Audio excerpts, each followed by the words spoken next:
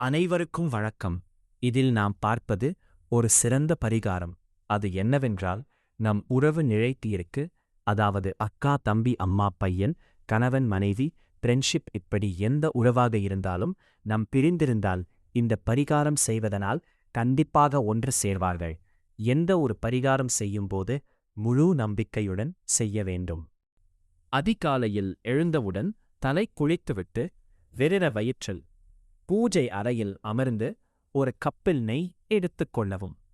மொட்டு உள்ள 2 கிராம்புகள் எடுத்துக்கொண்டு இந்த கிராம்புகளை நெய்யில் நனைத்து நம் தீபத்தில் எரிய வைத்து ஒரு கப்பு சாம்பிராணியில் போட்டுவிட வேண்டும். அந்த கிராம்பு முழுவதும் எரிந்து சாம்பலாக வேண்டும்.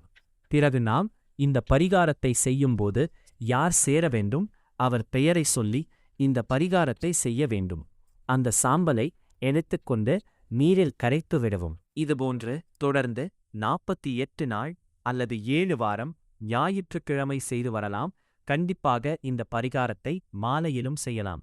இந்த பரிகாரத்தை செய்வதனால் மூலம் பிரிந்த உறவுகள் கண்டிப்பாக ஒன்று சேர்வார்கள். இந்த கிராம்பு பரிகாரத்தை நம்பிக்கையோடு செய்து பாருங்கள். இந்த பரிகாரம் செய்து கொண்டு இருக்கும்போது உறவுகள் ஒன்று சேர்ந்துவிட்டால் தொடர்ந்து 48 நாள் நிறைவேற்றிவிடுங்கள். உறவுகள் நிலைத்து நிற்க வேண்டும். அதனால் நன்றி, வணக்கம்.